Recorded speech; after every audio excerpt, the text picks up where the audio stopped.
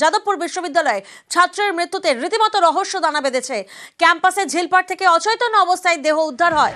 বেসরকারি হাসপাতালে নিয়ে গেলে ছাত্রীকে মৃত ঘোষণা। মৃত যাদবপুরের ইংরেজি বিভাগের তৃতীয় বর্ষের ছাত্রী। রাতে কিভাবে ক্যাম্পাসের পুকুরে পড়ুয়া? যাদবপুরের ক্যাম্পাসে রহস্য মৃত্যু তদন্তে পুলিশ। যাদবপুর বিশ্ববিদ্যালয়ে ছাত্রীর মৃত্যু নিয়ে রীতিমতো রহস্য দানা বেঁধেছে। ক্যাম্পাসে ঝিলপাড় থেকে অচৈতন্য অবস্থায় দেহ উদ্ধার হয়। বেসরকারি হাসপাতালে নিয়ে যাওয়া হয়।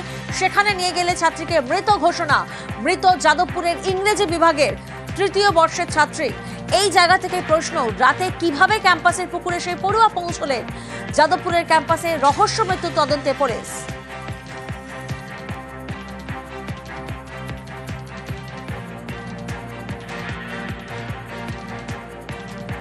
যাদবপুর বিশ্ববিদ্যালয়ের ছাত্রীর রহস্য মৃত্যু এবং সেই মৃত্যুতে রীতিমতো রহস্য দানা বেঁধেছে। কারণ ক্যাম্পাসে ঝিলপাড় থেকে অচৈতন্য অবস্থায় দেহ উদ্ধার হয় এবং তারপরেই বেসরকারি হাসপাতালে নিয়ে যাওয়া হয়। সেখানে নিয়ে গেলে ছাত্রীকে মৃত ঘোষণা করা হয়।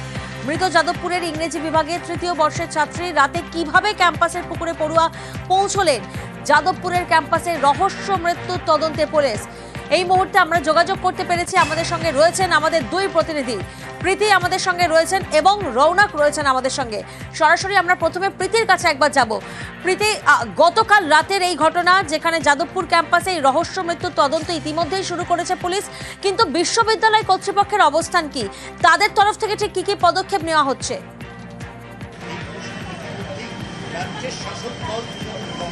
দেখো, তুমি যে বিষয়টা বললে, তো প্রথমে সেই বিষয়টা তোমাকে জানিয়ে রাখি। এই পড়ুয়া কিভাবে এই ঝিলপাড় বা পুকুর পাড় যা বলা হচ্ছে সেখানে পৌঁছলেন এবং ঠিক কিভাবে তার মৃত্যু হলো সে নিয়ে একাধিক জল্পনা রয়েছে।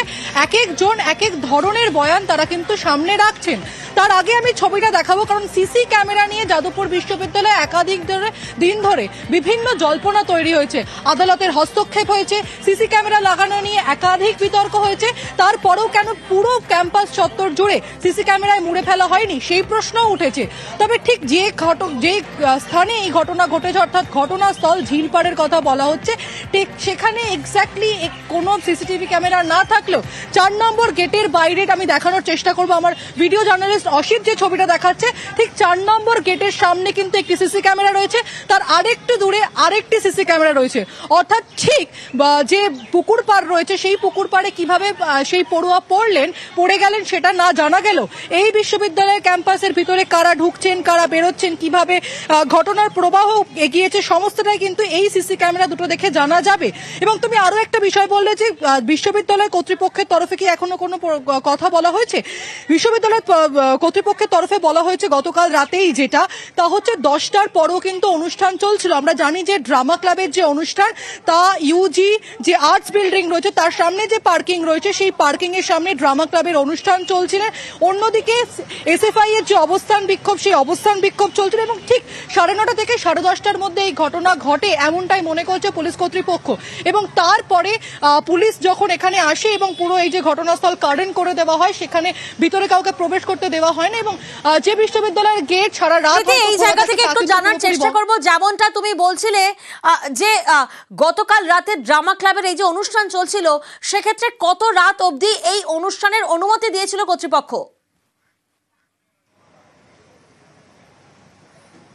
দেখো, কর্তৃপক্ষের তরফে কিন্তু এই বিষয়ে এখনো পর্যন্ত কোনো ইনফরমেশন পাওয়া যায়নি। তবে রাত 10টার পরও কিন্তু এই অনুষ্ঠান চলছিল এমনটাই জানা যাচ্ছে। এবং যাদবপুর বিশ্ববিদ্যালয়ে কিন্তু একাধিক অনুষ্ঠান, তা কিন্তু ওপেন টু অল থাকে, অর্থাৎ বাইরের পড়ুয়ারা বা বাইরের মানুষ তারা কিন্তু পার্টিসিপেট করতে পারেন এবং সেটা কিন্তু দেড় রাত পর্যন্ত, অর্থাৎ গভীর রাত পর্যন্ত সেই সমস্ত অনুষ্ঠান চলে, এমনটাই আমরা আগেও দেখেছি। কিন্তু এই অনুষ্ঠানের কতক্ষণে পারমিশন ছিল, অনুমতি ছিল, তা কিন্তু এখনো পর্যন্ত সামনে আসেনি। তবে জানা যাচ্ছে রাত 10টার পরও কিন্তু এই অনুষ্ঠান ভিতরে চলছিল। প্রিয়াঙ্কা, একেবারে প্রীতি এবং আমাদের আরেক প্রতিনিধি রৌনক এই মুহূর্তে আমাদের সঙ্গে রয়েছেন। সরাসরি রৌনকের কাছে যাব। রৌনক, সব থেকে বড় প্রশ্ন, ড্রামা ক্লাবের একটা অনুষ্ঠান চলছিল, সেই অনুষ্ঠানে পড়ুয়ারা ছিলেন, প্রাক্তনীরা ছিলেন, কিন্তু এই যে ক্যাম্পাসের ঝিলপাড়, সেই জায়গায় পড়ুয়া পৌঁছলেন কি করে? ইতিমধ্যেই পুলিশের তরফ থেকে তদন্ত শুরু করা হয়েছে।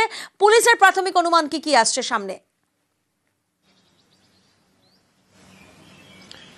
দেখো, পুলিশের প্রাথমিক অনুমান যে এই পড়ুয়ার জলে পড়ে গিয়ে মৃত্যু হয়েছে, সেক্ষেত্রে যখন তার সঙ্গে ঘটনা ঘটে আশেপাশে অন্য কোনো পড়ুয়া ছিল কিনা আমরা সূত্রমত জানতে পারছি আরো বেশ কয়েকজন তার সঙ্গে ছিলেন এবং গতকাল রাতে এমনই তারই একজন সহপাঠী তিনি অসুস্থ হয়ে পড়েন, তাকেও কিন্তু এই বেসরকারি হাসপাতালে নিয়ে আসা হয়, প্রাথমিক চিকিৎসা দেওয়ার পর তাকে ছেড়ে দেওয়া হয়। সেক্ষেত্রে কারা কারা তার সঙ্গে ছিলেন এবং যেহেতু একেবারে ঢিলচোড়া দূরত্ব 50 থেকে 60 মিটার দূরত্ব হবে যেখানে ড্রামা ফেস চলছিল সেখান থেকে এই প্লেস অফ অকারেন্সের পার্ট, সেই জায়গার মধ্যে কেউ কি কোনো রকম টের পেল না এবং যেখানে যাদবপুর বিশ্ববিদ্যালয়ের ভেতরে নিরাপত্তা ব্যবস্থা নিয়ে বারংবার একটা প্রশ্ন উঠেছে এবং বিশ্ববিদ্যালয় গেট থেকে শুরু করে বিভিন্ন জায়গায় নিরাপত্তা রক্ষীরা রয়েছে, তাদের কি চোখে কোনো মতে পড়লো না? এই একাধিক প্রশ্ন কিন্তু সামনে আসছে। সেক্ষেত্রে গতকাল ঠিক কি ঘটনা ঘটেছিল যার জোরে এই তৃতীয় বর্ষে পড়ুয়ার মৃত্যু ঘটলো, গোটা বিষয়টি পুলিশ ইতিমধ্যে খতিয়ে দেখছে। প্রাথমিক অনুমান জলে পড়ে গিয়েই তার মৃত্যু হয়েছিল, কিন্তু এই মৃত্যুর পেছনে প্রকৃত কারণ কি ময়নাতদন্তে যতক্ষণ না পর্যন্ত প্রাথমিক রিপোর্ট সামনে আসছে তা কিন্তু বলা সম্ভব নয়। ইতিমধ্যে যাদবপুর থানার পুলিশ একটি অস্বাভাবিক মৃত্যুর মামলা রুজু করেছে এবং গোটা বিষয়টি কিন্তু খতিয়ে দেখা হচ্ছে যে টেকনিক্যাল এভিডেন্স, সিসিটিভি ক্যামেরার ফুটেজ থেকে শুরু করে যারা নিরাপত্তার দায়িত্বে ছিলেন তাদের সঙ্গে কথোপকথন। এই জায়গা থেকে সামনে আসছে ক্যাম্পাসে ছাত্রীর দেহ উদ্ধারে একাধিক প্রশ্ন, আত্মহত্যা, খুন নাকি মৃত্যুর পেছনে অন্য কোনো কারণ রয়েছে এবং আরো একটা প্রশ্ন যে রাতে কেন পুকুরে তৃতীয় বর্ষের এই ছাত্রী পৌঁছলেন? রৌনক, তুমি আমাদের সঙ্গে রয়েছো, ছাত্রী পুকুরে পড়ে যান নাকি কেউ ধাক্কা দেয়, ঘুমের ওষুধ খেয়ে পুকুরে ঝাঁপ দিয়েছেন, বিভিন্ন জায়গা থেকে বিভিন্ন দাবি সামনে আসছে যে নেশার ঘোরেই কি তিনি পুকুরে পড়ে গিয়েছিলেন। সেক্ষেত্রে পরিবার তো গতকাল রাতে এসে পৌঁছেছেন, পরিবারের তরফ থেকে কি কিছু দাবি বা কোনো অভিযোগ সামনে আনা হচ্ছে? দেখো, এখনো পর্যন্ত পরিবারের তরফ থেকে কোনো রকম অভিযোগ সামনে আসা হয়নি। গতকালকে যখন এই মৃত্যুর খবর পৌঁছায় তার কিছুক্ষণ পরেই 11:30 থেকে 12টা নাগাদ পরিবারের লোকজন, তার মা বাবা এবং তার একজন বিশেষ বন্ধু এই বেসরকারি হাসপাতালে এসে পৌঁছায়। তার যারা সহপাঠীরা ছিল তারাও কিন্তু হাসপাতাল চত্বরে এসেছিলেন। সেক্ষেত্রে পরিবারের তরফ থেকে এখনো পর্যন্ত নির্দিষ্ট কোনো অভিযোগ জানানো হয়নি এবং কি কারণে তার মৃত্যু ঘটলো তুমি যেমনটা বলছিলে যে একাধিক প্রশ্ন কিন্তু এখানে অ্যারাইজ করছে যে যদি জলে পড়ে গিয়ে তার মৃত্যু ঘটে, দুর্ঘটনাবশত তিনি জলে পড়ে গেছিল নাকি তাকে ঠেলে ফেলা হয়েছিল, অর্থাৎ এই মৃত্যুর পেছনে সঠিক কারণ কি?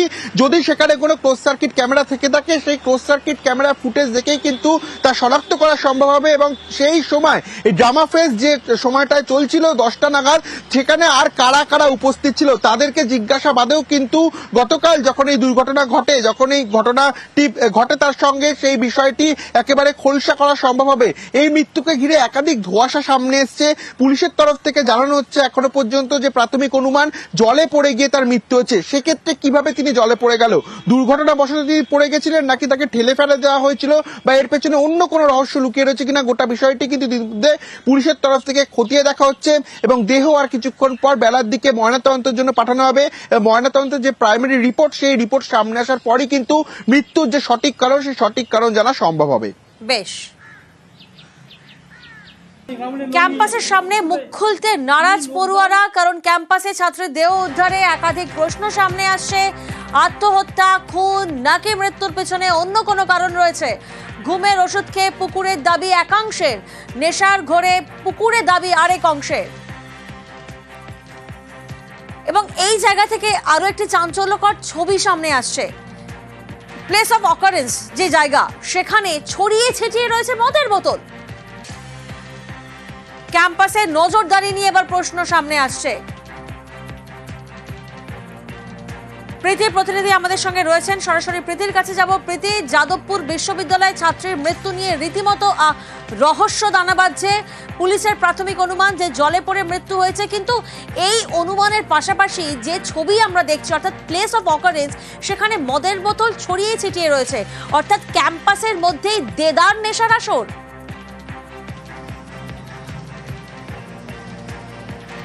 একদমই এই ছবি একেবারে এক্সক্লুসিভলি আমাদের হাতে এসছে এবং সেখানে কিন্তু দেখা যাচ্ছে যে প্লেস অফ অকারেন্সের আশেপাশে যে সমস্ত জায়গা রয়েছে অর্থাৎ ঠিক যেই জায়গায় এই সাংস্কৃতিক অনুষ্ঠান চলছিল সেখানে মদের বোতল ছড়িয়ে ছিটিয়ে রয়েছে। শুধুমাত্র মদের বোতল নয়, নেশার যে সমস্ত সামগ্রী রয়েছে তাদের প্যাকেট বিভিন্ন ধরনের, তা কিন্তু ইতিমধ্যে সেই যে ড্রামা ক্লাবের যে সাংস্কৃতিক অনুষ্ঠান ছিল সেই অনুষ্ঠানের আশেপাশে পড়ে রয়েছে। এবং ইতিমধ্যে একাংশ বলতে শুরু করেছে যে এই যে তরুণী, এই যে পড়ুয়া, তার যে মৃত্যু হয়েছে, জলে পড়ে গিয়েছেন, সে কিন্তু মদ্যপ অবস্থায় ছিলেন, এই কনস্পিরেসিও কিন্তু শোনা যাচ্ছে।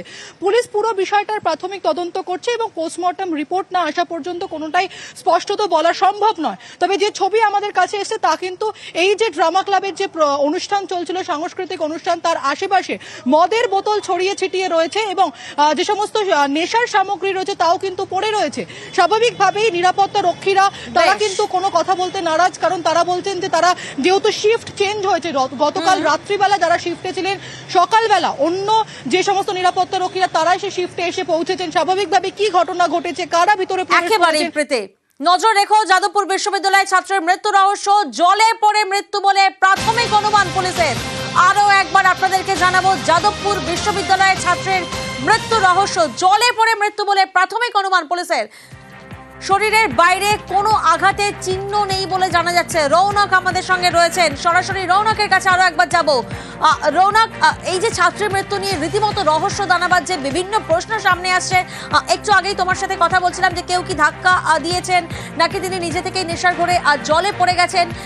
সেক্ষেত্রে পুলিশের প্রাথমিক অনুমান যে জলে পড়ে মৃত্যু হয়েছে, কোনো ইনজিউরি বা কোনো কিছু বা পোশাক, কোনো এভিডেন্স কি সামনে সেক্ষেত্রে আসছে?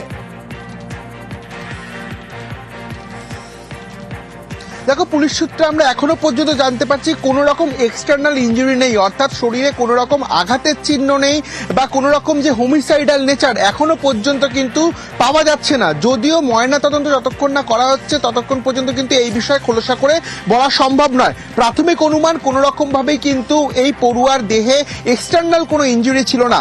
পুলিশের তরফ থেকে জানতে পারছি যে জলে পড়েই তার মৃত্যু হয়েছে। সেক্ষেত্রে দুর্ঘটনা বশতই তিনি জলে পড়ে গেছিল নাকি তাকে ফেলে দেওয়া হয়েছিল, এই একাধিক প্রশ্ন অ্যারাইজ করছে।